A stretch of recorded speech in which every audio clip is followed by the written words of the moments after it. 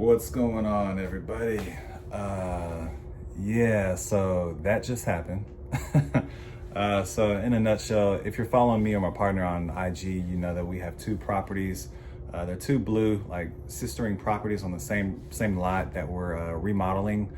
We've been remodeling for about 7 months now. Been through a lot of BS, and these are going to be our Airbnbs. I'm sitting in it right now, but we definitely dropped the ball on a lot of things, but more specifically permits and inspections. So we went through the entire process. We got the electrical permits, got the plumbing, HVAC, the mechanical inspection or permits, but we failed to get the structural permit and inspection and approval before we closed up the wall with all the drywall and spray foam. So basically, we went through the whole process. Before we put the drywall up, we were supposed to get a structural inspector to come out and basically pass us to let us know that their main job is to make sure that the structure has integrity and won't fall down, basically. We did not do that. We waited till today to get them out, and yeah, we failed miserably. We have to take down drywall walls, 4 in each house, replace 4 windows actually with tempered glass so it doesn't shatter when it breaks. The decks outside, I'll show you guys. We have 4 decks. We have to get those replaced. Has to have the right kind of handrails, certain inches apart. It's crazy. Definitely a huge learning lesson with this entire project.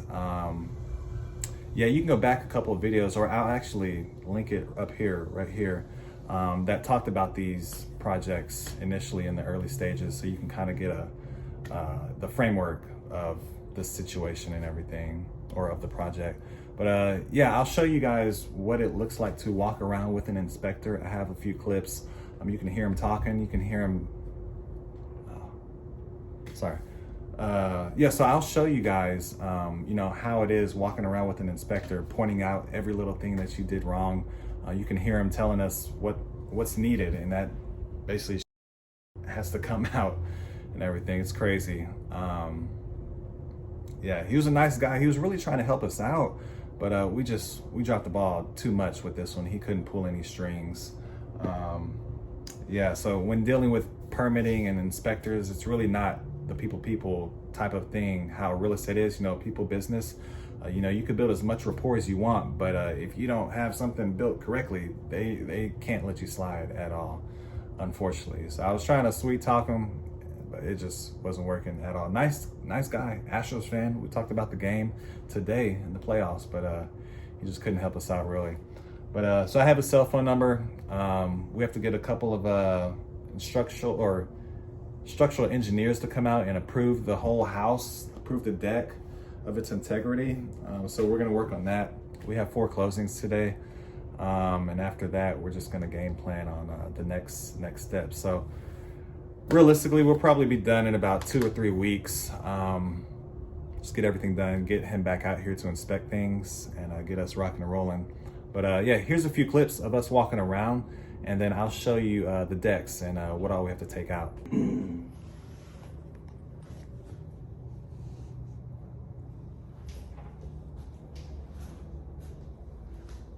Both houses pretty much framed the same? They're identical, sir, down to the square footage. Oh, is that right? Yes, sir. Okay. How wide are they? They're not very wide. Wide? I couldn't tell you the exact width. 10, 20, 30 foot maybe? Ish, probably, yes, sir. 25 foot.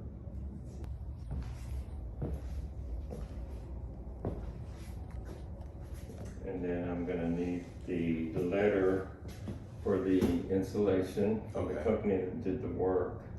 If it's spread, correct? If it's sprayed, yes, Okay. sir.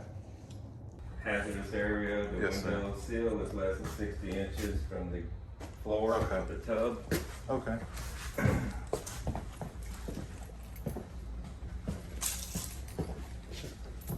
And then you installed smoke detectors in each bedroom, Ben? I believe our electrician. Yes, sir. Yes. Okay.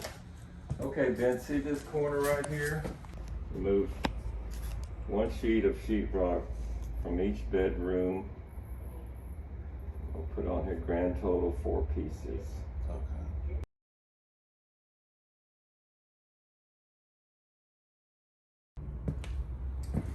All right, so front door's right here. And right when you come in, we have to take this whole wall out.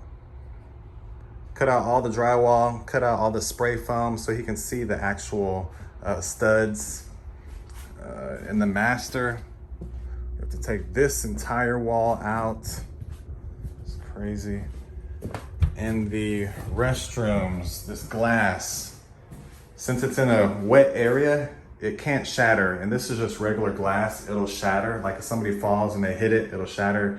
It needs to be shatterproof and basically have like a film built inside the glass that doesn't allow it to shatter. And we had just bought all our furniture and everything. It's crazy. Same thing in this restroom with the glass. So we have to take out this wall right here, from the ceiling to the floor, and then in the mud room, take out this whole wall right here. So yeah, it sucks. It's gonna take a lot of work to get that done, but it's a huge learning lesson. We've been through 3 or 4 contractors on this property. Now we finally have a solid contractor that we're probably just gonna hand him the list and have him come complete everything up to code and everything. So we're just gonna have a line list of what needs to be done exactly to the T, literally to the inches, so we pass inspection, okay? Let me go show you these decks as well. They're right outside. So yeah, these are the decks right here. These railings, they're gonna have to come off. The railings back there, those are gonna have to come off and just be built correctly. Yeah, it's unfortunate, but it's just a part of it. This one as well. So we're literally just keeping the foundation of the deck up and everything. So we're gonna have to get a structural engineer, like I said, to come and basically write off everything and let us know that it's structurally sound, and then we'll be good to go. Oh, let me take you to the back as well. All right, so we're in the backyard now, and yeah, we have 2 very large decks that were built incorrectly. You can see the large spaces in between the railings. The foundation of the base of the decks looks solid, and they are solid. Just the railings are not built correctly, and we will get that fixed. So yeah, that's the property. Hopefully with this video, we're able to help people out there who are flipping and who have to go through all this BS. Hopefully we can help people out there minimize mistakes, because we don't know what we're doing. We've probably flipped like 10, 11 homes, but we're still learning, literally, obviously. This was just our biggest remodel down to the studs. We had never done this before. We just jumped into it and jumped into 2 houses at the same time. That's crazy. But we're learning. We're learning the process now. Basically MEPS. Does anybody know what that means? I didn't until yesterday. It's mechanical. So basically, I think it's the HVAC, electrical, plumbing, and structural.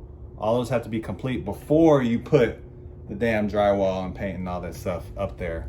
Because if not, you're gonna have to cut it out like we are, and we're gonna have to spend thousands of dollars on labor materials to get this done. Not to mention the re-inspection fee that costs $500 total for 2 houses, $250. But like I keep saying, it's a learning lesson. But of course, I'm not trying to take too many learning lessons. I can't take too many L's. But it's all about how you receive those learning lessons and how you react and everything. So we're gonna stay optimistic, because it's easy to get negative, put your head down and just not do anything or just be down or whatever. But we're gonna keep it going. We're this close, we just need to start making some money, because we're in the refinance process. Because these are gonna be Airbnbs, they're almost fully furnished now. We just need to pass the permits, pass inspections, so we can start making money. But on another note, in regards to this area, so we're in 5th Ward, highly gentrifying area here in Houston, Texas, close to downtown, 2 minutes away. So I can see the Astros stadium from here, basically. We bought in very early, about a year ago. Wish we would have bought in sooner.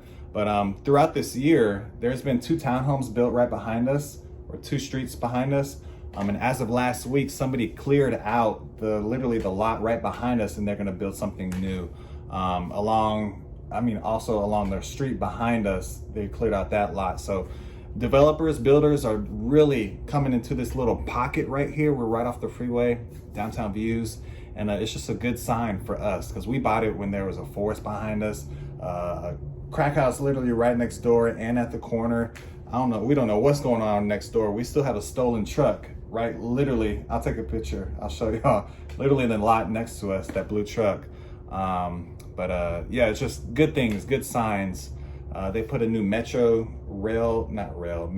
bus stop, a nice one, right at the corner right here. New lighting, LED lights on the street. So a lot of good signs. The next thing we need is a Starbucks or a Chick-fil-A at the corner. That's gonna be some time from now. We're just happy we bought in. We're happy we decided to hold on to these properties, because we could have easily resold them, slapped them on the market, made $40,000, $50,000, $60,000 easy. But like I said, the whole name of the game for Derek and I is long-term wealth and financial freedom. So that's what we're fighting for. That's why we wake up every morning and leave our family to come out here and work and find these properties, talk to sellers, to build wealth. Okay, guys?